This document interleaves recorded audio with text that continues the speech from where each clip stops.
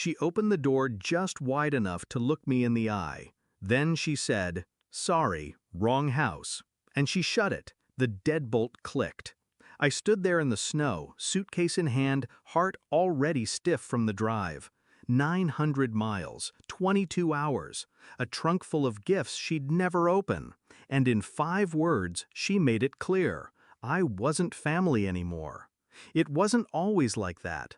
There was a time she'd pull me into a hug like she was saving me from the cold. She'd make hot chocolate, bake lemon squares, kiss my forehead like I mattered.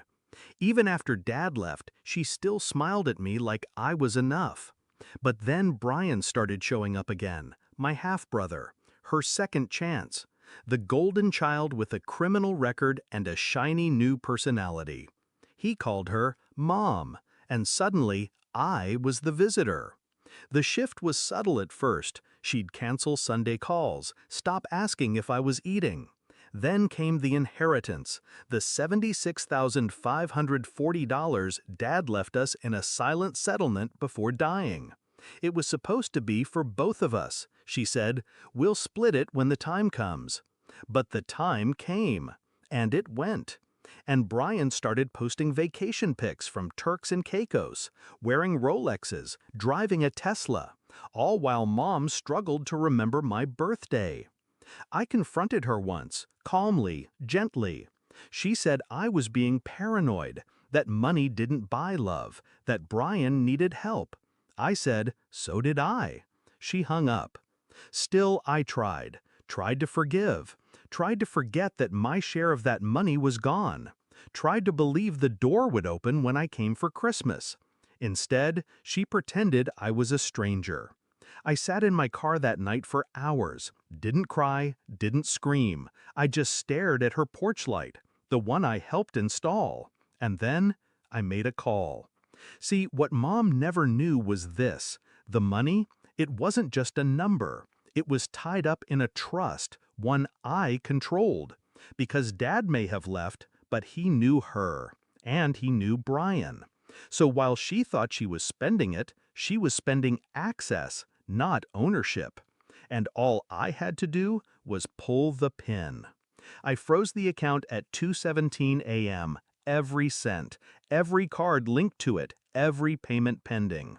She'd find out when the gas pump declined. By dawn, the calls started. First Brian, then her, then Brian again. I watched the numbers stack up. 61 missed calls, 12 threats, 3 voicemails promising legal action. I played them all on speaker. Didn't flinch. The next day she texted, "Please, we need to talk." I replied with 2 lines. "We did. At the door. Remember?" That same afternoon, I contacted the trustee, reinstated the clause, dual approval for every withdrawal. Her access, permanently revoked. The house, no longer protected by the trust. If she couldn't cover the mortgage Brian refinanced under her name, well, the bank doesn't do second chances. It wasn't revenge, it was correction. Justice for the kid who stood outside in the snow, for the adult who was always second best. They begged after that. Emails, letters.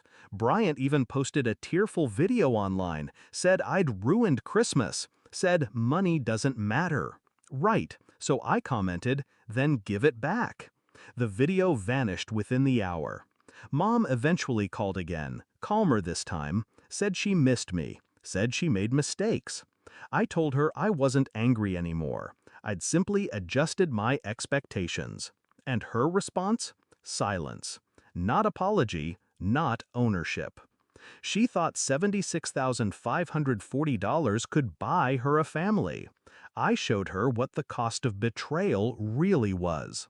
I don't visit for holidays now. I spend them with people who open the door when I knock, who don't measure love in bank statements. The trust still exists. So does my control over it. And every now and then, when Brian applies for another credit card under her name and gets denied, I smile. Because they thought I was the quiet one, the obedient one, the forgettable one. But I never forget, and I never leave the door unlocked.